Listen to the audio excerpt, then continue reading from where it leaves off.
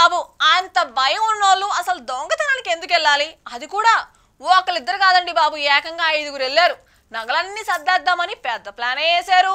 Door దగ్గర ఒకళ్ళని కాపలా కూడా పెట్టేశారు. కానీ ఏం లాభం, ఒక్కటి కూడా తీసుకెళ్ళలేకపోయారు. అసలు వీళ్ళు మన త్రివిక్రమ్ తీసిన జులై సినిమా చూసారో లేదో మరి. అట్ట కాదమ్మా, వాళ్ళు అదంతా హాలీవుడ్ రేంజ్ కదా, అది ఎందుకు చూస్తారు?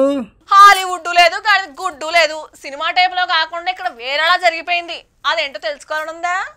అయితే లుక్ వేసుకోండి మరి.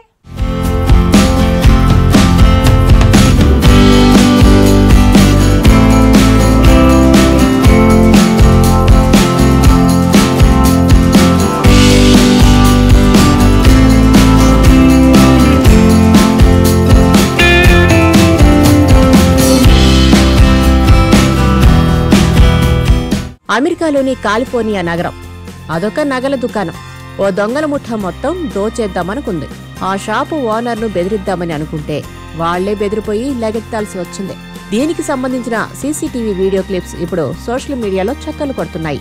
ఈ వీడియోను చూస్తే ఓ నగల దుకాణంలో దొంగల మూక చోరీకి ట్రై చేసింది.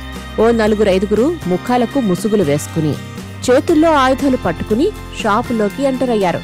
ఒక దొంగ ఎంట్రన్స్ లో అటు ఇటు చూస్తూ కాపలా కాస్తున్నాడు.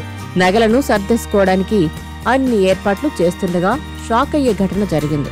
ఆ షాపు యజమాని ధైర్యంగా దొంగలపైకి తన దగ్గర ఉన్న గన్తో కాల్పులు జరపడం మొదలుపెట్టాడు. అంతే, ఆ దొంగలు ప్రాణభయంతో పరుగులు తీశారు. ఒలివియా ఫైన్ జ్యువెలరీ స్టోర్లో ఈ ఘటన జరిగింది. 13వ తేదీ సాయంత్రం 5:30 గంటల ప్రాంతంలో కొంతమంది నల్లటి దుస్తులు ముసుగులు వేసుకుని స్టోర్లోకి ఎంటర్ అయ్యారు. ఒక్కసారిగా దుండగులు లోపలికి రావడంతో షాపులోని సిబ్బంది టెన్షన్ పడ్డారు. దుండగుల చేతుల్లోని వెపన్స్ చూసి దాక్కున్నారు.